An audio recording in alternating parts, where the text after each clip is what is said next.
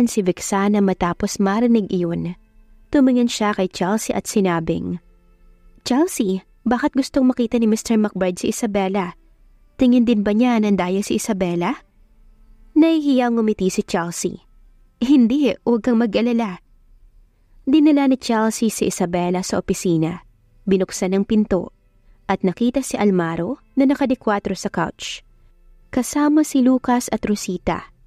Nang makita si Isabela ay inutusan ni Almaro ang dalawa. "Lumabas muna kayong dalawa." Naiinis na tumingin muna si Rosita kay Isabela bago ito umalis. Si Chelsea na huling lumabas ang nagsara ng pinto. Dalawa na lang silang naroon sa loob. "Bakit ang layo mo naman sa akin?" Naningkit ang mata ni Almaro at tinapik ang pwesto sa tabi niya. "Umupo ka rito." "Hindi na. Training camp to at maraming tao sa labas. Hindi magandang may makakita." Pagtanggi ni Isabela, napatikom ang labi ni Almaro at nakatitig lang siya kay Isabela. "Lalapit ka ba rito o bubuhatin kita?" Napatahimik si Isabela. Nang palapit na siya sa sofa, ay hinila siya ni Almaro at ikinulong sa mga bisig nito. Nagulat si Isabela at nagpumiglas. "Bitiwan mo ko." "Galit ka pa rin ba?" Niyakap ni Almaro ang bewang ni Isabela at inilagay ang kanyang baba sa pagitan ng liig at balikat nito. "Bella, yung jade ring ay apology gift ko para sa'yo. Pero hindi ko alam kung anong gusto mo nun, kaya nagtanong ako kay Rosita." Bumagsak ang pilik mata ni Isabela at mariin siyang napatikom ng bibig bago naiinis sa sinabing, "Bakit mo siya tatanungin?" Akala ko pare-parehas lang kayo ng gusto ng mga babae." Nahihiyang sabi ni Almaro. Hindi siya nagbibigay ng regalo sa babae at hindi niya alam kung anong gusto nito. Kaya gusto niyang bigyan ng jewelry sa Isabela. Pero ang asawa niya ay isang designer at mas maraming alam sa jewelry kaysa sa kanya. Kaya mahirap iyon para sa kanya.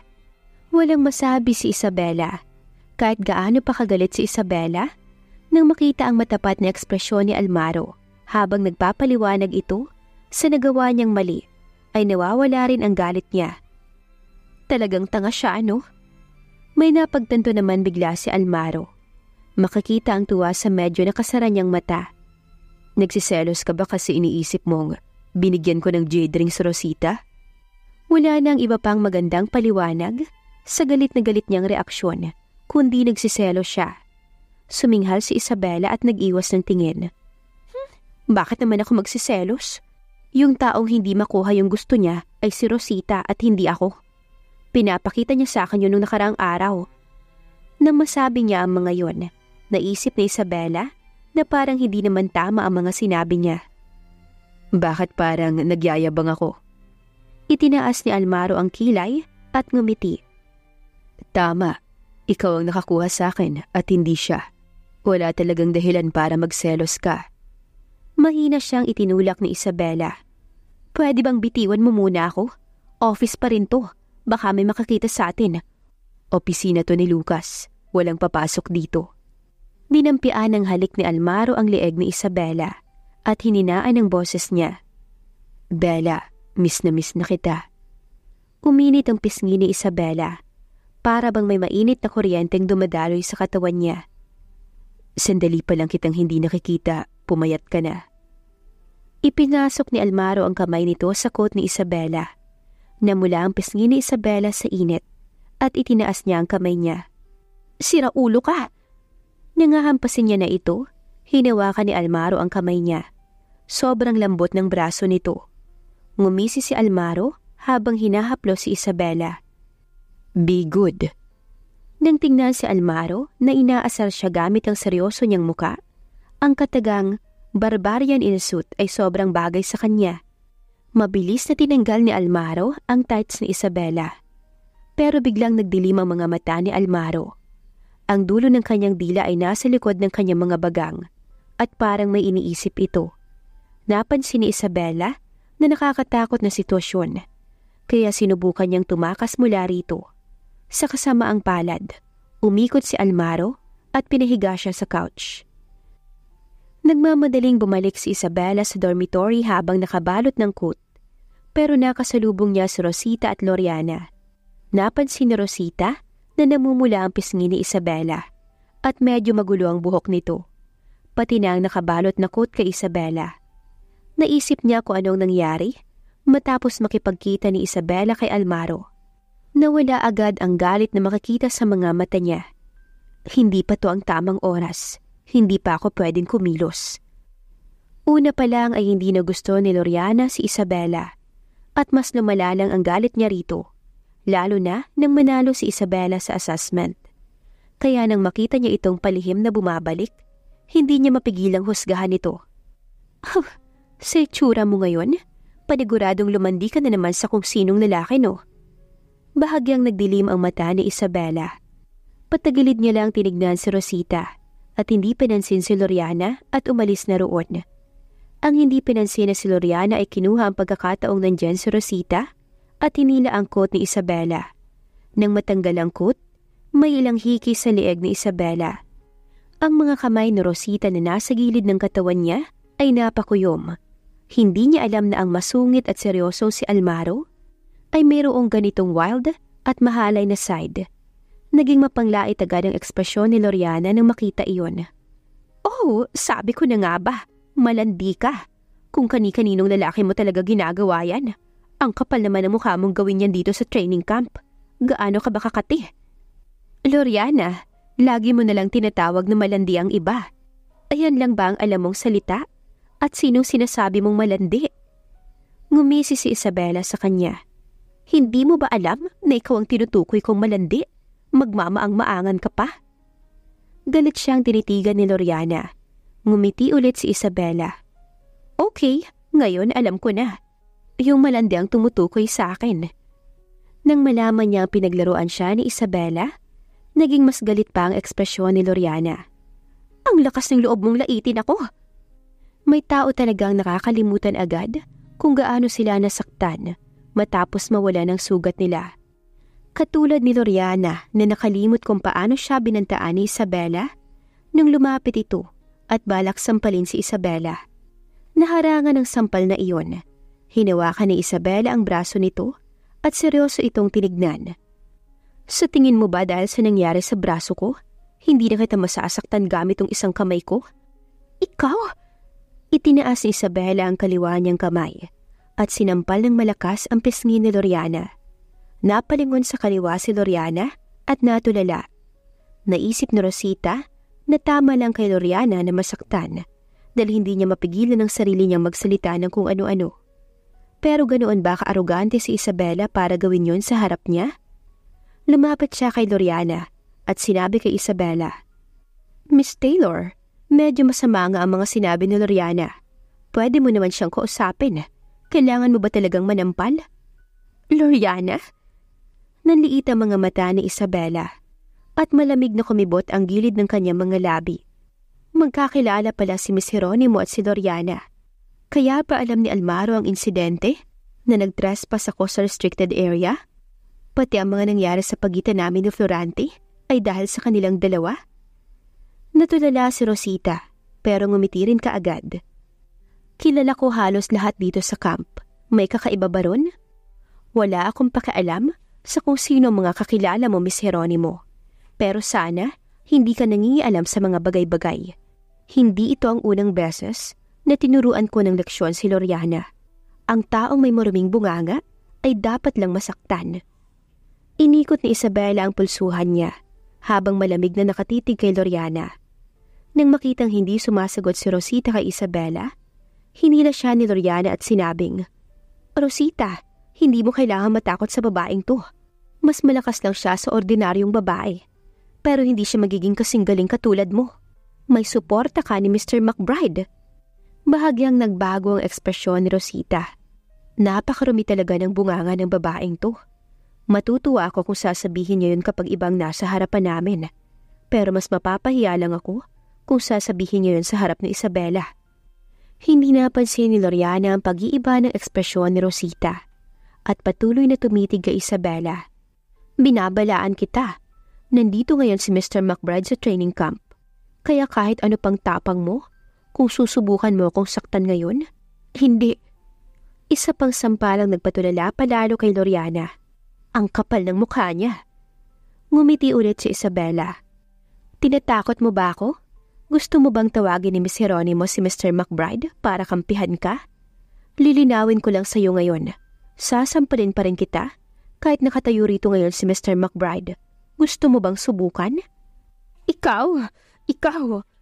May gustong sabihin si Loriana pero para bang nakabaon ang lahat ng salita sa lalamunan niya. Bakit ang lakas ng loob ni Isabela? Sino bang nasa likod niya? Hindi ka masasaktan kung alam mo kung kailan ka dapat manahimik, katulad ngayon. Tumawa si Isabela. Tumingin siya kay Rosita. Miss Jeronimo, ganoon din ba ang nasa isip mo? Hindi makikita ang nakamamatay na lamig sa mga mata ni Rosita. Mahina lang siyang ngumiti. Miss Taylor, matalino kang babae. Pero nasa training camp tayo ngayon, kaya kailangan mong sumunod sa patakaran. Naintindihan naman ni Isabela ang ibig sabihin nun. Pinakikiusapan siya nitong umayo sa loob ng training camp at wag nang pag-usapan si Almaro. Suminghal si Isabela. Tama lang na sumunod sa batas. Pero depende pa rin yan sa kung sino ang sumobra at umubos ng pasensya. Hindi ako lalaban kung hindi sila nagsisimula. At isa pa, hindi rin ako mananahimik kapag pinili nilang inisin ako. Tiningnan ni Isabela ang dalawa. Tumalikod at umalis na. Nakatitig lang si Rosita sa likod ni Isabela. Malamig at nakakatakot ang titig niya rito. Nang makarating si Isabela sa kanyang kwarto, nakakita siya ng large blue enchantress bouquet at mga valuable supplements sa higaan niya. Biglang lumabas si Vexana at lumapit sa tabi ni Isabela. Habang nakangiti, habang siya naman ay gulat pa rin. Ano, gulat ka ba? Napakunod ng kaunti ang noon ni Isabela. Hindi hilig ni Almaro na magpadala ng bulaklak at healthcare products. Dahil doon ay nagtanong siya. Kanino ba galing to? Sino pa ba? Si Mr. Bolton. Ngumiti si Vexana at dinagdag. Nalaman niya na na-injure yung braso mo sa ring, kaya nag-alala siya. Kaya sinabihan niya akong dalhin sa'yo tong mga regalo. Huminga ng malalim si Isabela dahil sa nangyari. Ibalik mo to. Hindi ko matatanggap ang mga yan. Masyado yang mahal. Wala naman akong ginawa para makakuha ng ganitong regalo. At wala naman akong balak na mangyari kasama si Florante sa hinaharap. Nang makitang ayaw ni Isabela ang mga yun, ay naguluhan si Vexana. Pero Isabela, lahat ng to ay pinili at talagang hinanda ni Mr. Bolton. Hindi mo ba nagustuhan? May gusto sanang sabihin si Isabela. Pero naisip niya kailangan niyang masira ang determinasyon ni Florante at sinabing, Oo, hindi ko nagustuhan, kaya ibalik mo na lang. Sige. Nang hinayang si Vexana, pero kailangan niya itong ibalik kay Florante. Nang tanghali sa McBride family estate, nakikipaglaro ng chess si Chofilo sa kanyang anak sa kanilang courtyard. Pumasok si Rosita at Lucas. Inireport ni Lucas ang naging resulta ng assessment ni Isabela kay Chofilo. Bahagyang nagulat ang matanda sa narinig. Mukhang may kakayahan ng babaeng yun ah. Ang nakaupo sa harap niya na si Mr. McBride Sr. ay buong tapang niya sinabing, Pareho kami na nakikita ng anak ko. Malabong maging masama yun. Sobrang satisfied siya na si Isabela ang kanyang daughter-in-law dahil wala nang iba pang babagay pa bukod sa kanya. Bukod pa sa katotohanan na nanganak siya at nagpalaki ng 3 bata para sa McBride. Ang talento at kakayahan na mayroon si Isabela ang dahilan kung bakit siya karapat-dapat. Kahit na hindi satisfied ang kanyang tatay kay Isabela, hindi nagbabago ang opinyon nilang dalawa ni Almaro sa kanya. Nakatikom ang bibig ni Rosita at nagdilim ang mga mata. Grandpa, sa tingin ko po kahit nanalo si Miss Taylor sa match, gumamit siya ng singsing bilang weapon sa dapat na bare hand fight. Hindi po yon patas para sa kalaban. Nagulat si Lucas at tumingin kay Rosita. Bakit kailangan pa niyang banggitin ang insidente na yun? Tumingin si Rosita kay Lucas para hindi ito maghinala. Alam kong matatalo si Miss Taylor sa kalaban niya sa mano-manong laban. Pero hindi ba't ang match na yun ay para subukin ang lakas nila? Para kay Lucas ay tama naman ang sinasabi ni Rosita. Hinawakan ni Chofilo ang balbas niya at tumango. Kumunot ang noo ni Mr. McBride Sr. Paano naman naging weapon ang isang singsing? Maingat na nagpaliwanag si Rosita. Ang singsing na suot ni Miss Taylor sa daliri niya ay hindi isang ordinaryong singsing. Kahawig ito ng mga ginagamit para sa self-defense. Parang may matulis na nakatago sa singsing at nakakasugat. Kumunot ang noo ni Mr. McBride Sr. na para bang may iniisip ito. Nagulat ng kaunti si Lucas. Ibig sabihin, yung singsing na yon ay hindi lang pang self-defense at pwede na rin gamitin para manakit ng tao? Kaya pala sinabi ni Victoria na sinaktan siya ni Isabela gamit ang singsing. Ibig sabihin ba nun na nandaya si Isabela? Mapait nang ngumiti si Rosita. Oo, pero naroon si Almaro. Kaya hindi rin magandang sabihin ko yon habang nandoon siya. Ano? Nandoon ang siraulong yun? Hindi na natutuwa si Chofilo. Talagang pumunta ang siraulong yun sa training camp. Sineryoso niya talaga ang mga sinabi ko. Sinubukan siya agad pakalmahin ni Rosita. Lolo, huwag ka nang magalit. Nag-aalala lang si Almaro sa kanya at saka may kakayahan talaga si Miss Taylor na kaya niyang protektahan ang sarili niya. Hindi kailangan mag-alala ni Almaro ng sobra sa kanya sa hinaharap. Ngumiti siya ulit matapos sabihin iyon. Kahit na nanalo si Miss Taylor sa match dahil sa pandaraya, pero para matigil ang lahat ng reklamo ng iba sa madayang laban na yun, sa tingin ko itatanggapin naman ni Miss Taylor kung babawasan natin ng 10 points ang 30 points na nakuha niya, hindi ba? Para ang mga sinasabi niya ay para sa kapakanan ni Isabela. Pero ang totoo, gusto niya lang madismaya lalo si Chofilo kay Isabela. Nakapasa siya sa assessment dahil sa pandaraya. Kung hindi nakikita ng iba kung gaano karumi yun, ako oo. Kinuha ni Chofilo ang teacup at uminom dito. Para bang may sasabihin na sana siya. Isang matangkad at matipuno ang naglakad sa pavilion. Mukhang narinig ng lalaki ang mga sinabi ni Rosita. At madilim ang ekspresyon nito. Ang manalo sa match sa hindi ganoong matuwid na paraan ay pagiging mautak kaysa sa kalaban. Bakit tayo magbabawas ng puntos para roon? Bumilis ang tibok ng puso ni Rosita. Naisip niyang mukhang alam na ni Almaro ang mga ginawa niya nitong mga nakaraan. Hindi lang siya pumunta sa training camp para personal na makita ang assessment. Talagang alam niya rin na ire-report ko ang resulta kay Lolo sa family state kasama si Lucas. Kinagat niya ang kanyang labi at marahang sinabi, Almaro, nagre-reklamo ang mga baguhan sa training camp sa pagkapanalo ni Miss Taylor. Lahat sila iniisip na masyadong madaya yun para sa kalaban. Tumingin si Almaro sa kanya at seryosong tinanong, Kamao lang ba ang dapat gamitin para manalo sa isang laban? Napatikom ang labi ni Rosita at walang naisagot. Ibinaba ni Chofilo ang kanyang teacup at itinaas ang tingin dito. Ginagawa lang to ni Rosita dahil sa sinusunod niya ang patakaran sa training camp. Anong mali doon? Hindi ba tayo pwedeng magbawas ng puntos kung may lumabag sa patakaran? Lolo, ulyanin na ho ba kayo? Meron bang nakasulat sa patakaran ng training camp na bawal magsuot ng kahit anong jewelry ang mga lalaban sa ring? Kahit na pang self-defense ang suot ni Bella na singsing, ginamit niya lang yun nung binalian siya ng braso ng kalaban. Kaya hindi yun violation, tama ba ako?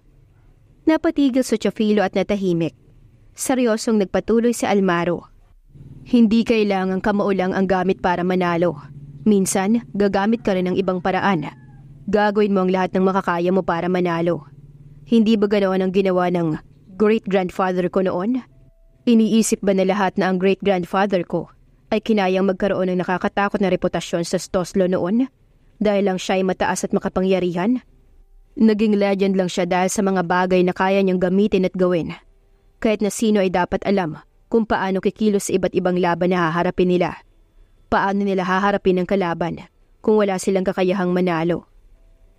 Ayaw na itong pag-usapan ni Chofilo at kinaway niya ang kanyang kamay. Gawin niyo kung anong gusto niyo. Gusto ko lang naman ang grades. Umalis si Almaro sa family estate at naglakad papunta sa sasakyan niya nang tinawag siya ni Rosita. Lumapit siya kay Almaro. Almaro, wala akong kinakalaban sa mga sinabi ko kanina. Iniisip ko lang mga sinasabi ng iba. Rosita, manahimik ka. Huwag mong hahayaang malaman ko lahat ng binabalak mo. Pumasok na si Almaro sa kotse nang hindi lumilingon. Habang paalis ang sasakyan, natulala si Rosita roon. Iniisip niya ang mga sinabi ni Almaro at nadurog ang puso niya. Wala pa naman akong ginagawa kay Isabela, bukod sa jade ring. Alam niya na kaya? Kinabukasan, ang result ng physical assessment ay nakalagay na sa notice board at tinignan ito ng ibang mga trainees. Nang pabalik na sila mula sa dining hall, tiningnan ni Isabela at Vexana ang resulta sa notice board. Agad na nahanap ni Vexana ang pangalan ni Isabela at ang resulta ay 29 points? Bakit 29 points lang? Naguguluhan si Vexana. Nanalo naman si Bella. Nang makita ang score, walang naramdaman na kahit na ano si Isabela. Nasa isip ko na to. Binawasan nila ng 1 point ng 30 points ko dahil sa singsing na suot ko. Pero may iba pa namang assessment. Magiging maayos din ang lahat basta maka 120 points ako. Nakita ni Isabela si Victoria nang tumalikod siya at tinignan din siya nito. Pero ang ekspresyon nito ay halatang may galit. Tumalikod si Victoria para umalis. Umalis si Isabela sa crowd at lumapit kay Victoria at pinatigil ito. Victoria, pwede ba tayong mag-usap? Humarap si Victoria sa kanya habang nakahalukip-kip. Anong gusto mong pag-usapan natin? Alam kong hindi patas para sa iyong assessment at hindi ko gustong saktan ka gamit yung singsing, pero kailangan ko lang talagang manalo. Kalmadong nagpatuloy si Isabela. Hindi ako magiging hadlang sa pangarap mo kahit na nanalo ako sa assessment. Kasi ilang araw na lang ako dito. Aalis din ako sa training camp kapag nakuha ko na lahat ng resulta ko sa assessment. Hindi ko binabalak na maging isa sa top management dahil may sarili akong career sa labas. Sana maintindihan mo. Matagal siyang tinitigan ni Victoria. Hindi ka ba sumali sa assessment para maging parte ng top management? Umiling si Isabela at sumagot habang nakatingin kay Victoria. Hindi ako professional fighter katulad mo. Nandito lang ako para sa isang kasunduan at aalis din ako rito kapag nakakuha na ako ng magandang grade sa loob ng kalahating buwan. Kaya hindi ako pwedeng matalo sa assessment natin kahit na anong mangyari. Nang makitang tapat na nagpapaliwanag si Isabela sa kanya, nabawasan ang galit ni Victoria kahit na hindi nagbago ang ekspresyon niya. Gusto niya mapunta sa top management gamit ang assessment. Wala na siyang iniisip ang iba. Napabuntong hininga si Isabela at marahang sinabing, hindi patas para sa akin na ilaban sa kasinggaling mo. At hindi rin katulad ko ang mga nakakalaban mo. May kakayahan ka ngang makaalis sa akin. Umamin si Victoria na may ilang parte sa match na natalo talaga siya. Ngumiti si Isabela. Sinuwerte lang. Si Loriana ang nakipag-usap sa akin para makipaglaban sa iyo sa assessment. Mukhang may galit sa iyo si Loriana. Palagi kang maging alerto habang nandito ka. Dagdag ni Victoria. Nakatingin si Isabela sa likod ni Victoria habang papalayo ito. Kung magiging isa akong kadit dito sa training camp, baka maging kaibigan ko rin si Victoria. At si Loriana naman, oras na para harapin niya ito. Pagkatapos siya nitong pagplanuhan ng 2 beses. Lumabas si Loriana sa kanyang kwarto at biglang nakita si Isabela na nakahalukip-kip at naghihintay sa kanya sa hagdan. Nakatayo siya roon habang kinakabahan. Anong ginagawa mo rito? Dahil siguro'y mag-isa siya sa mga oras na ito. Madalas sa iba naman ang inaakto niya kapag mayroong ibang tao. Nakangisi si Isabela habang papalapit kay Loriana. Patuloy sa pag-atras si Loriana hanggang sa hilain siya ni Isabela sa kakahuyan sa likod ng dormitory. Isabela, subukan mong saktan ako. Gagawin ko. Anong gagawin mo? Hinarangan siya ni Isabela. Huwag kang mag-alala. May ilang tanong lang naman ako sa iyo eh. Nanginig si Loriana. Natatakot talaga siya. Anong gusto mong malaman? Dinala mo ba ako sa restricted area dahil kay Florante? Sabi ni Isabela. Hindi makatingin ng diretso si Loriana kay Isabela kasi natatakot siyang masaktan. Pero nanatili siyang nakatayo at sumagot. Ano naman kung oo? Hindi lumalayo si Florante sa iyo mula nang dumating ka rito at binigay niya pa sa iyo ang chocolate na binigay ko sa kanya. Chocolate? Naalala ni Isabela. Hindi ko nga nagalaw yung chocolate na yon. Gusto mo ibalik ko pa sa'yo? Huwag na, binigay niya na yun sa'yo. Malungkot at parang nagawa ng mali si Loriana. Tumawa si Isabela. Ikaw bang nag-arrange ng assessment para kami ni Victoria ang maglaban? Hindi tumingin si Loriana sa mga mata ni Isabela at hindi sumagot. Sinabi sa akin ni Victoria na ikaw daw. Hindi mo na maitatanggi yun. Maganda ang ngiti ni Isabela. Pero kay Loriana ay nakakatakot yun. Gusto ko lang matalo ka. Alam mo ba kung anong mangyayari kung sa iba mo naisipan gawin ng mga yon? Malamig ang tugon ni Isabela. Loriana, walang aagaw kay Florante mula sa'yo. Hindi mo kailangan mandamay ng inosente. Sa tingin mo ba papansinin ka ni Florante matapos ang ginawa mo? Mariin na kinagat ni Loriana ang labi niya. Kinuha ni Isabela ang phone sa bulsa niya. 4 na araw na lang ang mayroon ako dito sa training camp. Kapag hindi ka umayos sa mga araw na yon, i-release ko tong recording. Nag-record ka? Sinubukan itong kunin ni Loriana, pero ibinalik ni Isabela ang phone sa bulsa niya at itinaas ang kilay. Nakuha ko na mga kailangan kong impormasyon at umamin ka.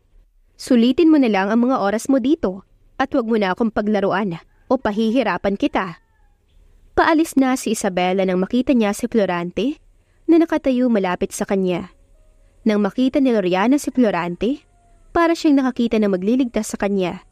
Tumakbo siya rito at nagtago sa likod nito. Florante, tinakot niya ako. Nakita mo naman, ganyan ang totoong ugali niya. Hindi siya katulad ng iniisip mo. Hindi handa si Florante doon, kaya hindi niya itinulak si Loriana na kinaiinisan niya. Nakatayo lang siya roon at nakatitig kay Isabela. Nakatulala. Nakita niya si Isabela at Loriana na papunta doon, kaya sumunod siya dahil ang akala niya ay sasaktan ni Loriana si Isabela. Pero narinig niya ang pinag-uusapan ng dalawa. Kabaligtaran nito ng inaakala niyang little goddess. Mukha itong mahina noon. Kahit naastig si Isabela, mukha pa rin kailangan siyang protektahan. Walang pakialam si Isabela kahit makita siyang ganoon ni Florante. Ngumiti siya at naglakad palapit dito. Tumingin kay Loriana na nagtatago sa likod nito at sinabing, "Totoo yon, ganito talaga ako. Hindi ko hinahayaan na lang na kung sino man ang bumangga sa akin." Florante, makinig ka! Hinila ni Loriana ang braso niya at nagpaawa. Nang bumalik sa realidad si Florante, hinila niya ang braso niya kay Loriana. Tumingin siya kay Isabela at sinabing, "Little goddess, ginawa mo lang yun dahil tinakot ka ni Loriana, hindi ba?" Mukha ba akong takot? Malamig ang mga mata ni Isabela at wala siyang ekspresyon. Dahil sa'yo kaya ako target ni Loriana. Nakuha ko na ang kailangan ko sa kanya. Kung hindi siya mananahimik, ilalabas ko tong recording. Tumingin si Florante kay Isabela na para bang hindi niya na ito kilala. Dahil siguro hindi niya naman talaga kilala si Isabela nung una pa lang. Dahil sa mga nangyari ay hindi siya kinausap ni Florante kahit sa kantin. Gusto ni Vixa na makabangga si Florante, pero hindi na ito lumalapit sa kanya. Nagtataka siya. Isabela, anong mayroon kay Mr. Bolton? Hindi ba't gusto niya laging nakadikit sa'yo? Hindi ba't mas maayos to? Wala namang namamagitan sa aming dalawa. Kumuha ng pagkain si Isabela, malapit sa bintana. Tumayo lang si Vixana doon at nagtataka. Dumating si Lucas sa kantin. Tinignan ang mga naroon at huminto nang makita si Isabela. Lumapit siya rito habang nakatingin ang lahat. "Miss Taylor." Kakakuha lang ni Isabela ng pagkain at napahinto siya nang mapansing siya ang hinahanap nito. "Bakit?" Tumikhim si Lucas at hininaan ang kanyang boses. "Hinihintay ka ni Mr. McBride sa private room sa taas." Nang paalis si Isabela kasama si Lucas, hinawakan ni Vixana ang braso niya. "Isabela, saan ka pupunta?" Tinapik ni Isabela ang balikat ni Vixana. "Pupunta ako sa taas. Mauna ka nang kumain." Napayuko si Vixana habang paalis si Isabela at Lucas. Alam niya ang usapan tungkol sa pagpunta ni Mr. McBride para kay Isabela. Naalala niya nang hinahanap ni Chelsea si Isabela dahil din kay Mr. McBride. Magkaano-ano sila. Hindi ka sinama ni Isabela sa private room. Tinuturing mo siyang bunkmate, pero hindi natin alam kung ano ka para sa kanya. Kinagat ni Vixana ang labi niya. "Kalokohan, hindi ako maniniwala sa'yo." Nang paalis na siya, narinig niya ang boses ni Loriana. "Hindi mo talaga alam kung sino siya, no?" Napatigil si Vixana. Lumapit si Loriana sa kanya at iniligay ang kamay nito sa balikat niya. "Vex, sinasabi ko naman sa'yo to. Kasi masyado ka nang napapalapit kay Isabela. Hindi namin gustong makaaway ka. Kaibigan ang tingin mo kay Isabela. Pero hindi mo talaga alam kung sino siya. Hindi ba?" "Nga pala." Sinabi ni Loriana sa tenga niya. Alam mo ba kung bakit iniiwasan siya ni Florante? Bakit? Tanong ni Vexana. Dahil alam na niya kung sino talaga si Isabela. May mga anak na siya. Paniguradong hindi niya sinabi sa'yo yan. Bakit pupunta rito sa training camp ang babaeng may mga anak na? Para makakuha ng lalaki.